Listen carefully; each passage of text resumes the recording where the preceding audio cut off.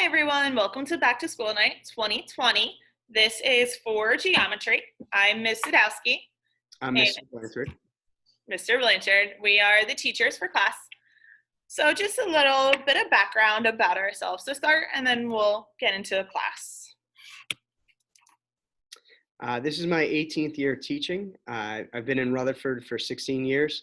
I really enjoy everything there is about our school, our environment, students, parents, coaching, everyone I've come in contact with. It's a really nice place, as I'm sure you guys know since you chose to live here. My undergraduate work was done at TCNJ, and then I finished my graduate work at Montclair. I currently am the varsity girls soccer coach. I coached on the boys side for 10 years, and this is my 6th year on the girls side. I have 2 daughters, a 3-year-old and a 9-year-old, and my wife does a great job of working with them and making sure they're on top of their stuff during the season when I'm out late. A little bit about me. This is my 8th year teaching, and I did my undergraduate and my graduate work at Fairleigh Dickinson, and then I did some post-grad work through Colorado State University. I'm also certified to teach K through 8, but I prefer high school a lot better. Can't talk, that's why I teach math. A lot better than younger kids. And then some just little fun facts about me. I'm an avid coffee drinker. I think I drink probably about 10 coffees a day. Mr. B, I think, would agree on that one. I hate chocolate. I know it's kind of like a contradiction that someone hates chocolate. It's just not my thing.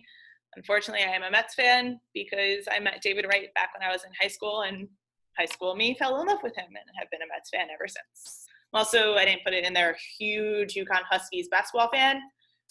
Cannot wait for the season to start. So a little bit about me, a little fun facts. Now about geometry. Geometry is a very visual subject, which for our students is normally very helpful, especially since a lot of them at 7, 8, 9 years old are on the computer often.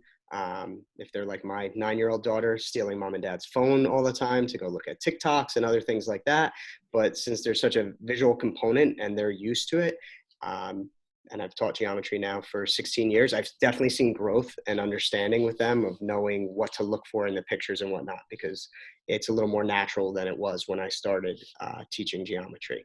There are algebra skills in there. We also realized that these students took Algebra 1 last year.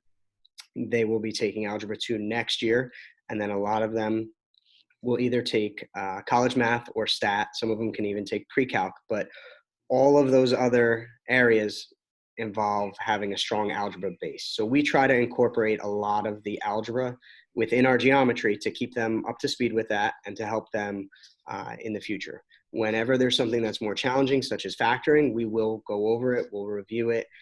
We won't assume, even though they've seen it in the past, that they completely remember it and understand it. Beginning of the year, which isn't our favorite, but it's important. There are a lot of definitions and a lot of terms. So it becomes almost a little bit like an English class in understanding it. But as the year goes on, if you don't have that base and understand what things are saying, it makes it hard to complete the new topics because you're not aware of what the questions are asking of you. So right now, the stuff that we're covering, we had a quiz and we will be having a test soon. By the time you guys see this, we may have actually just taken the test depending on the class, but a lot of it is based on our definitions and terms. We will get more into strictly math as we move along. Couple more facts. So students are required to have a calculator for geometry. We recommend the TI-84, which is this graphing calculator on the bottom left, but since it is expensive, the TI-34 will suffice and will do the same thing.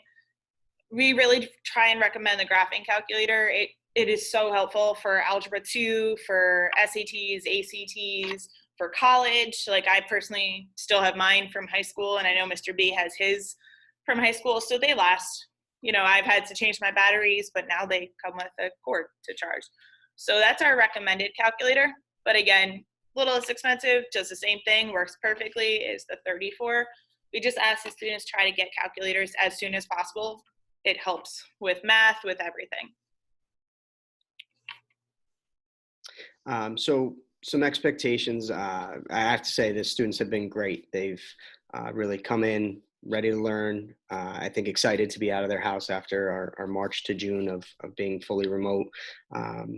Even students who are fully remote enjoying that we're doing more Zoom lessons, and we are trying to get through a lesson pretty much every day.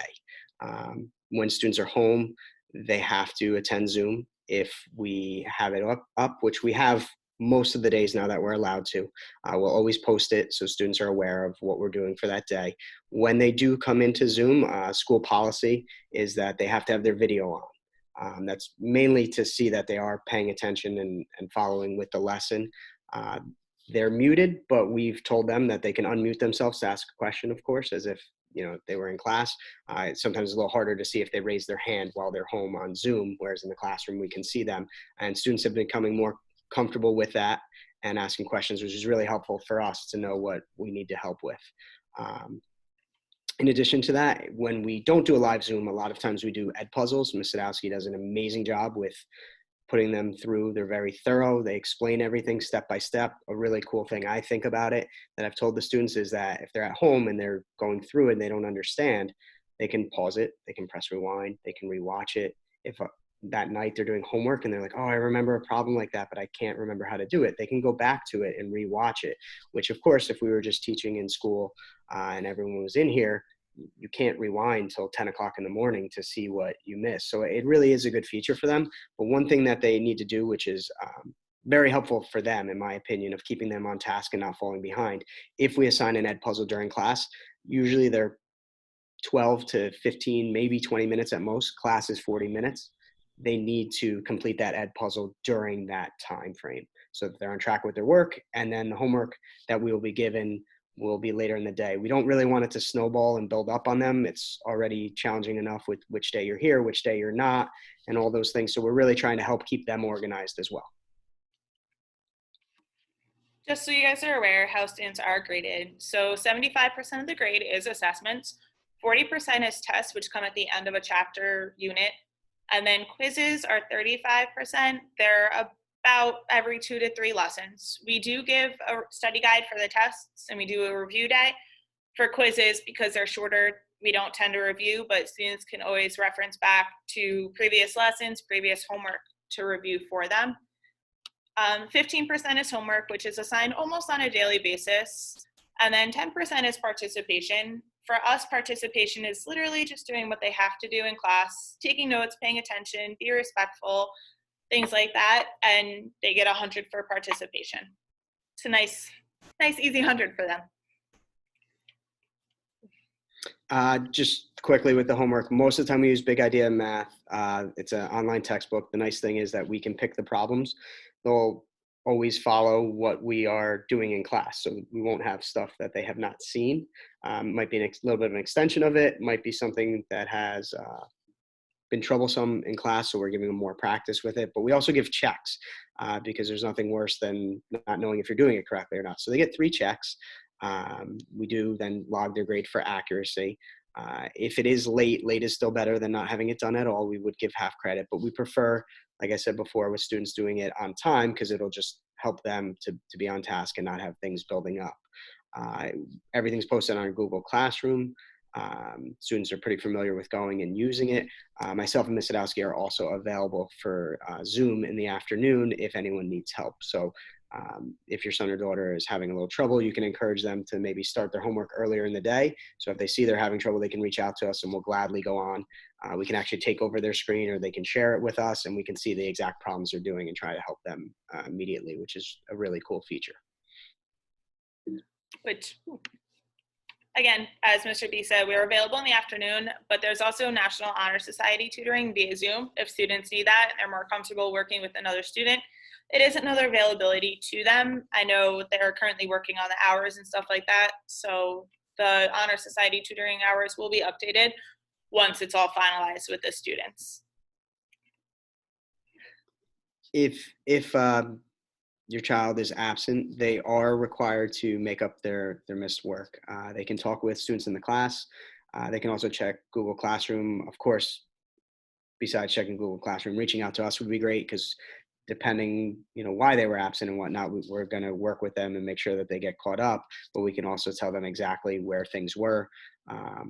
when things are coming up, if it's something we mentioned in class but we hadn't posted yet about a quiz or a test. And normally after class, the slides will be posted on Google Classroom with the answers worked out and everything. So if you were absent, you would still have access to the notes without having to even reach out to a friend to get them. For school policy, and I think it's just to keep track of things, we have to put a 0 in the grade book. We put it in with missing, which means that they were absent and they can make it up. And we have reminded the students several times, but if they ever forget or you do and you email us, of course, we'll get back to you and just tell you the same thing, that they were out. They can make it up, and when they do, we'll change the grade. I guess the last thing to really talk about is this year is a little bit different than most school years, but it really does help with student independence, with helping them stay organized, prepare them for college and for the future, which is our goal as teachers as well. Not just instruct them in math and in geometry, but to really get them ready to go to college and learn to be a little bit more independent, both learning and just staying on top of their work. But students will always be provided, like you said, with everything that they need for that independence to kind of help foster it and build it. And I guess that's it. Thank you guys so much for joining us tonight. Yes, thank you guys. If you have any questions, please feel free to email us, to reach out. But we really appreciate all your help and support, and we enjoy working with your children. Bye. Bye-bye.